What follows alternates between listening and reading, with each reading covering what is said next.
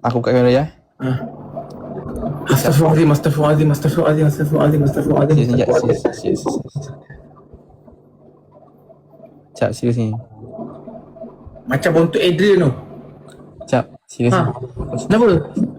Awet aku dah menduakan aku tu tadi. Pula dah. Kejap couple kejap. Invite dia Cap. Dia tengah live tu Cap. Tengok aku. Tengah live. Kau boleh tengok dia live dengan siapa tu? Aku mana follow dia gila. Aduh, Cap. Tak follow tak boleh invite. Weh, kalau awet kau dah mula live bahaya tau.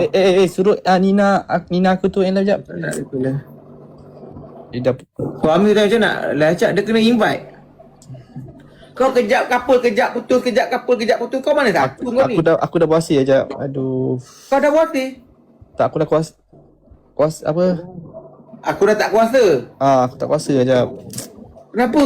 Apa lagi yang tak kena? Dia dah macam dah tahu hati dengan aku. Dia sikit-sikit macam dah tahu hati dengan aku dah. Aku dah nampak dah dia punya muka. Lihat muka dia kau tahu dah. Bila perempuan macam cakap kau jangan cukup misai. Kau bila cukup misai macam ini semua pasal Kelvo ni. Macam bontot baby kau tahu tak? Muka kau tak sesuai ah. Kau kali hitam okey, misai tak ada tak ngam ah. Kau nampak budak baik ah. Aku dengar cakap orang ni.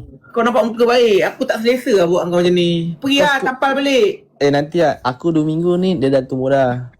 Laju misai kau tumbuh Kau tunggu nanti 2 minggu mesti aku awet kau dah pandai live Apa nama dia? Aku tak follow dia. Nina Alim.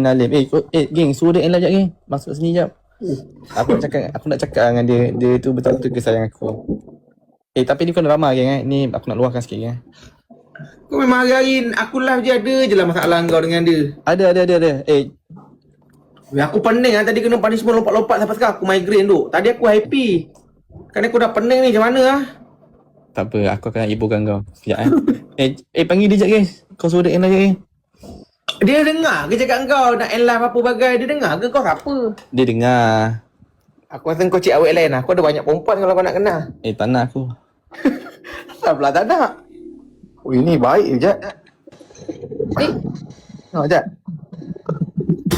Tak nak dia nanti masuk trik siap.